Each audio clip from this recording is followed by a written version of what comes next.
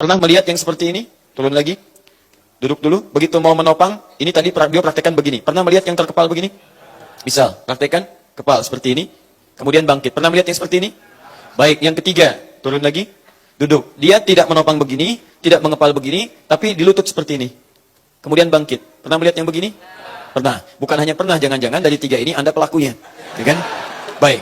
Dan ada yang keempat. Ada yang keempat. Bangkit, sujud, bangun, tidak duduk, langsung berdiri. Tidak duduk dulu, langsung berdiri. Pernah ada yang begini? Baik ya. Di antara yang keempat ini, mana yang kemudian sesuai dengan petunjuk Nabi, seperti apa dibahas oleh para ulama, dan bagaimana kita menyesuaikan praktek sholat kita. Itulah pembahasan kita pada hari ini insyaAllah. Jelas? Di awal-awal masa-masa kenabian SAW diperintahkan untuk sholat, terdapat riwayat-riwayat bahwa Nabi SAW itu jarang ditemukan beliau duduk. Jadi begitu bangkit, silakan. Tidak duduk tapi langsung naik. Seperti ini. Jelas?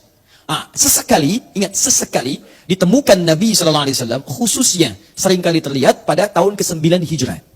Duduk yang dimaksudkan, silakan sujud. Kemudian bangkit, duduk dulu.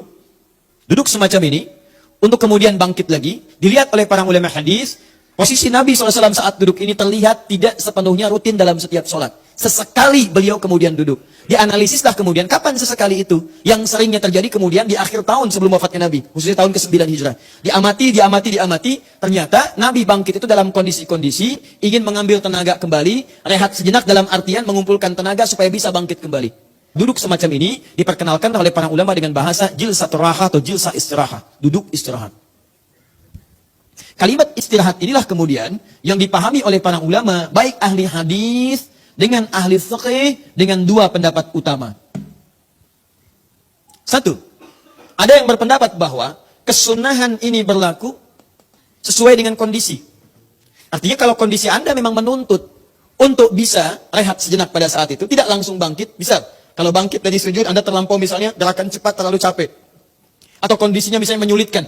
Dari mulai sujud, tiba-tiba langsung bangkit, menyulitkan bagi Anda. Maka berlaku kesunahan ini, sunnah hukumnya dan berpahala ketika Anda duduk. Paham? Tapi kondisi sebaliknya, jika memang memungkinkan Anda dari sujud langsung bangkit, tidak harus duduk, maka yang dimaksud sunnahnya adalah bangkit, tidak harus duduk di sini. Ini kata pendapat yang pertama. Paham?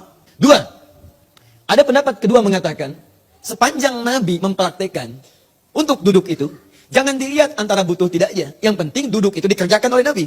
Artinya posisi duduk itu, mau dalam keadaan kita perlu untuk duduk dulu, atau kita merasa kuat dalam bersemangat, tidak ada masalah. Karena Nabi pernah praktekkan keadaan duduk itu.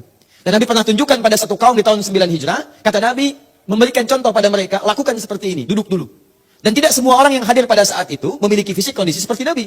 Artinya dia butuh istirahat, ada yang semangat, ada yang kuat. Ini menunjukkan kata pendapat yang kedua, tidak ada masalah. Duduk itu sangat dianjurkan, sunnah di situ, baik dalam keadaan Anda misal sedang butuh tenaga, atau bahkan sedang kuat semangat, maka dianjurkan duduk terlebih dahulu sebagai contoh dari Nabi SAW. Kalau umumnya pendapat ulama menganjurkan agar duduk dulu baru berdiri ke rakaat selanjutnya, ya. Walaupun cuma sebentar, sejenak.